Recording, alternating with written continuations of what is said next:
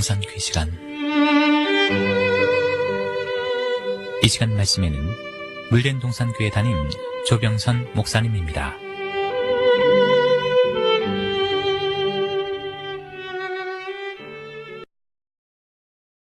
할렐루야, 평안하셨습니까? 오늘은 짐승의 표 6번째 시간입니다. 짐승의 표에 대해서 이제 많이 이해가 되셨을 줄 압니다.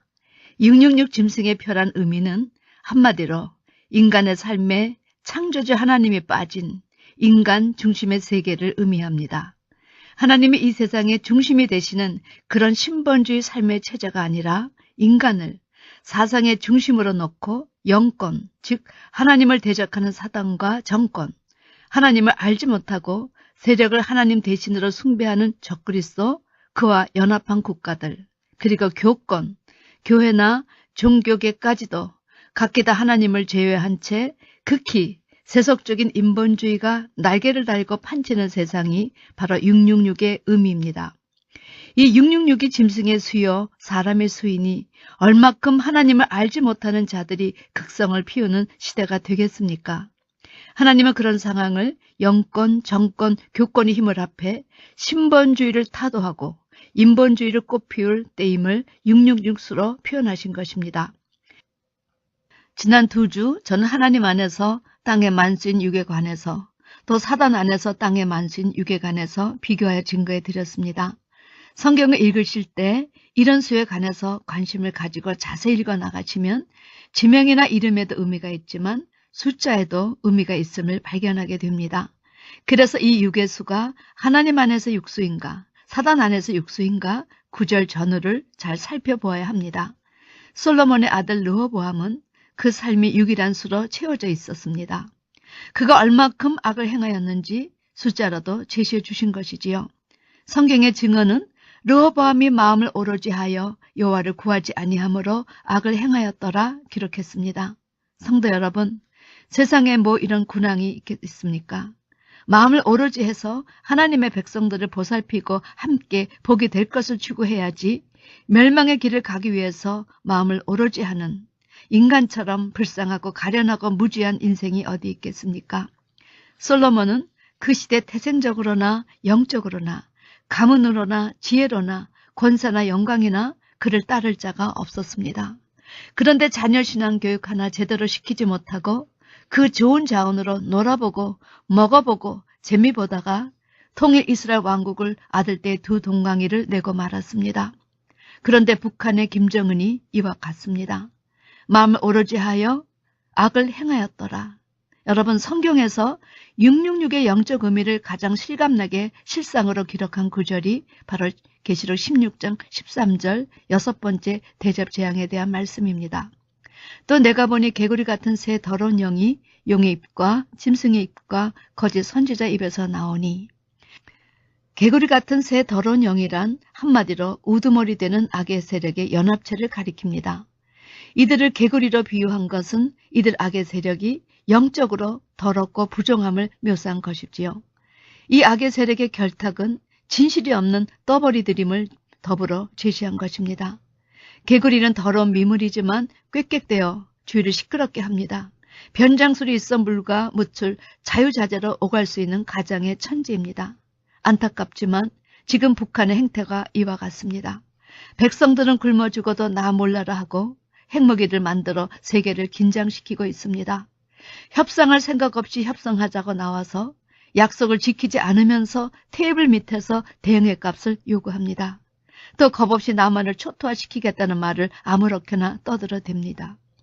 이런 모습이 바로 개구리 같은 더러운 용이 짐승의 입에서 나온다의 적당한 예가 되겠습니다. 이 개구리 같은 새 더러운 영들이 출현한다는 것은 시대적으로 예고된 재앙이 오는 것입니다. 하나님의 백성들의 신앙이 하나님 보시기에 경건하지 않기 때문이지요. 계시록 13장에 바다에서 올라온 짐승, 즉 적그리스도는 사단을 등에 업고 사단의 권세와 능력을 입고 나타날 자입니다. 그런데 온 땅이 그를 이상히 여기고 따른다고 예고되어 있습니다. 여기서 온 땅은 믿는 자들을 말합니다. 그러니 믿는 자들까지를 포함한 온 세계가 모두 적그리스도와 하나가 될 것을 예고한 것이지요. 한마디로 6이란 수가 충만한 세상에 온 것입니다. 그런데 거짓 선지자들이 나서서 짐승의 우상에게 경배하지 아니하는 자는 몇이든지 다 죽이게 하고 저가 모든 자, 곧 적은 자나 큰 자나 부자나 빈궁한 자나 자유한 자나 종들로 그 오른손에나 이마에 표를 받게 합니다. 여러분, 모든 자에게 다 이렇게 짐승의 표를 받도록 유도할 때는 적그리스도 시대임을 제시한 것이 있는데, 그런데 이들이 어디에 짐승의 표를 받도록 종용하였습니까? 여러분, 문제는 이것입니다. 그들이 표를 받게 하기를 원한 것은 오른손과 이마라는 사실입니다. 지금 몸에 침을 받는 것에 대해서 이상하게 신경들이 예민하시지만 사실 이것은 잘못된 것입니다. 정작 우리가 제대로 알고 예비해야 할 것은 오른손과 이마에 표를 받는다는 의미가 무엇인가에 대한 정확한 해석입니다. 이마는 그 사람의 인격과 사상을 의미합니다. 오른손은 마음과 생각을 그대로 행하는 행함의 의미입니다. 이렇게 적그리스도가 이마와 표에 짐승의 표를 받으라, 받지 않으면 죽인다 협박하는 것은 지금 북한처럼 하라는 뜻입니다. 지금 북한이 어린아이들까지도 완전히 사상화 시켰는데 바로 이렇게 일괄적으로 적그리스도의 인격과 사상을 받으라는 것입니다. 여러분, 이 시대에 나타날 적그리스도는 어떤 사람이겠습니까? 다니엘서 11장 36절 이하를 보면 자세히 나타납니다. 이 적그리스도는 첫째, 자기 뜻대로 하는 자입니다. 자기 생각이 곧 법이라는 것이지요. 둘째는 스스로 크다, 자와 자천하는 자입니다. 하나님께서 제일 싫어하는 타입이지요. 이런 형은 절대로 전도할 수 없는 돌짝같이 단단한 마음의 땅을 소유한 자입니다. 셋째는 자기를 모든 신보다 높인다는 것입니다. 완전히 아나무인격 형이지요. 네 번째는 형통하기를 분노하심이 쉴 때까지 하리니. 여러분, 이 적그리스도 권자는 하나님의 허락하에 사단이 자기 능력과 보좌를 준 것이기 때문에 그리스도 재림하실 때까지는 그의 일이 형통하게 진행될 것입니다. 그러니 그 치하에 사는 성도의 고난이 얼마나 크겠습니까? 다섯째는 그간의 왕들의 치적과는 달리 세력의 신을 공경할 것입니다. 이처럼 무섭고 두려운 말이 없습니다, 여러분. 인간의 생명의 존엄성을 생각하는 자가 아니라 세력을 잡기 위해, 그렇다면 물불을 가리지 않은 자는 사실을 제시한 것입니다. 오늘날 핵을 가지고 있어야 세상 가운데서 행세할 수 있다고 생각하여 백성들이 굶던지간에 그것에 모든 것을 투자하는 북한의 김정일이나 김정은이 같은 개념의 소유자라는 것이지요. 그리고 여섯째는 이방신을 힘입어 크게 경고한 산성들을 취할 것이요. 이는 온 세계를 다 장악할 때까지, 그때까지는 종교권을 등에 업을 것이나 세계를 장악하고 나면 곧 종교권을 말살시킬 자라는 사실을 제시한 것입니다. 일곱째는 자기를 안다는 자들에게는 영광을 더하여 여러 백성을 다스리게 하고 그에게서 뇌물을 받고 땅을 나눠주기도 하리라. 여러분, 자기 마음에 맞는 자들에게 권력을 나눠주고 자기 마음대로 뇌물을 받고 땅을 나눠주기도 하는 이 독불 장군, 전 이런 적그리스도의 예표를 보면서 과거 공산권과 어쩌면 이렇게 똑같은가, 지금 김정일이나 김정은이 하고 어쩌면 이렇게 똑같은가 하는 생각을 했습니다. 장차 나타날 적그리스도는 이와 같이 엿장사처럼 자기 마음대로 다스릴 자라는 사실입니다. 자기를 닮은 자들을 귀히 여기고 그런 자들에게 세상 권력을 나눠주는 자라는 것입니다. 그러니 여러분, 어떤 세상이 되겠습니까? 이들은 하나님을 믿는 자들로 하여금 극히 인본주의로 변하게 요구할 것입니다.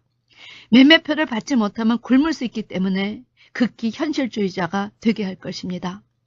믿음은 그리스도의 말씀을 듣는 것에서 싹 트는데 말씀을 듣지 못하는 삶을 살게 하고, 믿음은 바라는 것들의 실상이요 보지 못하는 것들의 증거인데 자기 잣대로 현실만을 바라보게 살게 할 자들이 이제 장래 때들이 나타나서 666 표를 강요할 것이라는 것입니다. 세상을 자기 마음대로 좌지우지하는 세상에서는 여러분, 상식이라는 것이 통하지 않습니다. 인격이라는 것도 통하지 않습니다.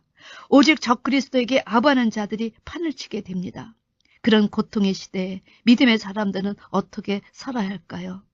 저는 적그리스도에게 경배를 하지 않으면 매매를 하지 못하게 한다는 이 권력의 실제 앞에서 왜 이렇게 다 무너질까 하는 생각을 해보았습니다. 그 많은 내노라 하는 교회, 그 많은 유명한 목사님들, 그리고 그 많은 재직가 성도님들, 그런데 매매하지 못하게 되므로 자식들 데리고 먹고 살 길이 막역해서 가진 것은 없고 배고파서 그렇다면 여러분 작은 자, 빈궁한 자, 종들이 무너지는 것은 그런대로 이해가 되는데 부자도 무너지고 자유한 자도 무너지고 큰 자도 무너진다는 이 이야기는 결코 외적인 어떤 환경이 문제가 아니라 가지고 안 가지고가 아니라 신분상의 문제가 아니라 결국은 그동안 살아온 신앙의 질이 문제라는 것을 이야기해 주는 것이 아닐까 생각되었습니다.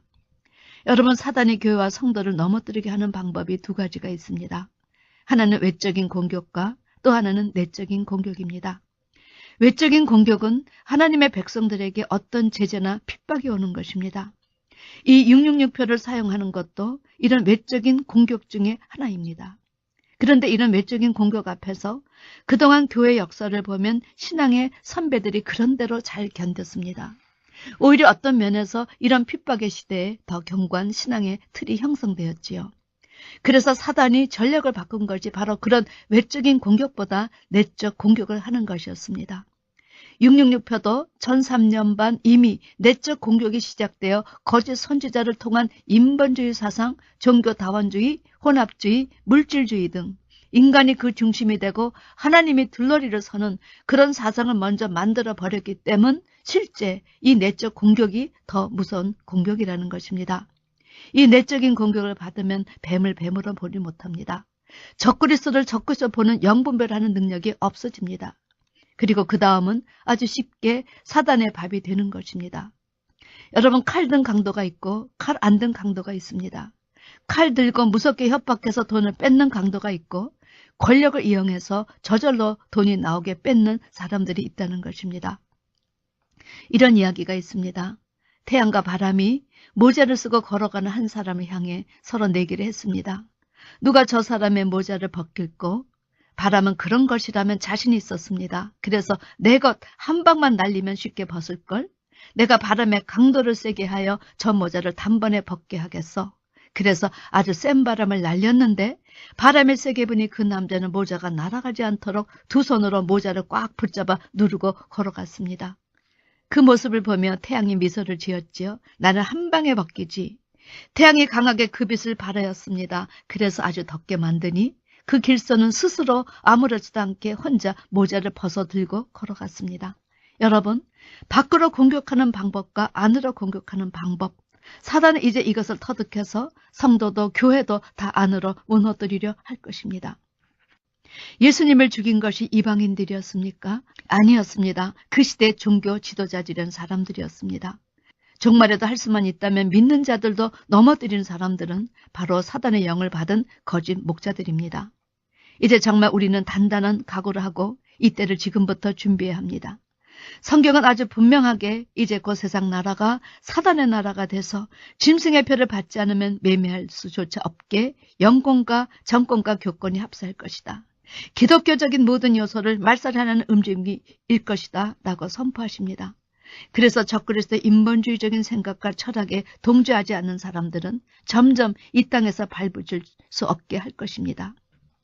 이제 하나님의 사람들은 생존 자체도 위협을 받는 그런 날이 올 것을 성경의 결론인 계시록에서 예고해 주십니다. 그래서 신앙의 정절을 지키는 것이 생존과도 연결될 만큼 아주 사회적으로 경제적으로 전 세계적으로 그리스도인들이 핍박받는 그런 시대가 올 것입니다. 때문에 장래는 우리가 신앙의 정절을 지키려다 사업의 터전을 이룰 수도 있습니다. 더욱 신앙의 정절을 지키다가 목숨도 잃을 수가 있습니다. 이런 장래 예고는 우리 하나님 자녀들에게는 엄청난 신앙의 마지막 도전이 될 것입니다. 그러나 우리는 그것을 해내야 합니다. 그것이 알곡과 쭉정이를 가르치는 하나님의 모략이시기 때문입니다. 우리 모두 이런 말씀에 귀를 기울여서 하나님이 준비하라 하시는 대로 준비되는 여러분과 제가 되기를 주님의 이름으로 축원합니다. 아멘.